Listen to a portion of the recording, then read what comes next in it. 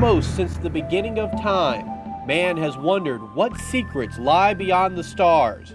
One Gaucher man believes we are not alone. It has to be a world out there somewhere. I don't know who it is.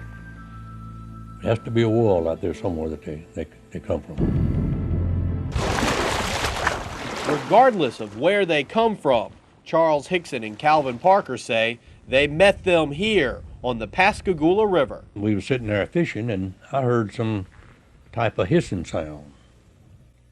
And when I looked around, it was something that had come down behind Calvin and me, some kind of big craft. A door just appeared there, like a sliding door.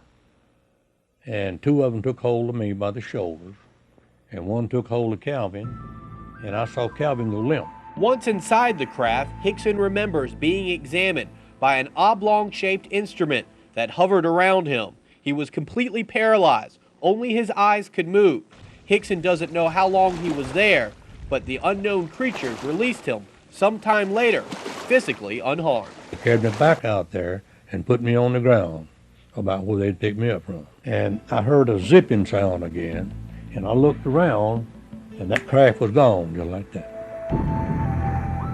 Later that same evening, both Hickson and Parker told their unbelievable story to the Jackson County Sheriff's Department. Didn't know it at that time, but they had a tape playing there. And after they brought us out of that room and listened to that tape, then they decided something had happened to us. Until now, that tape has never been aired on television.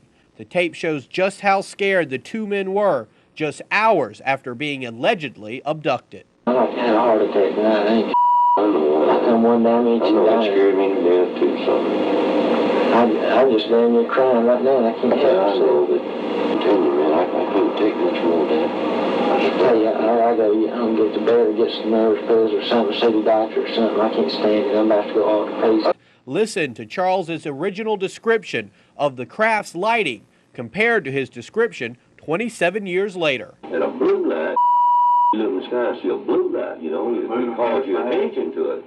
You couldn't tell, so it was just circling. It was either flashing or pulsating, I don't know which it was, but it was bluish. Charles's son Eddie admits at first he couldn't believe his father's story either.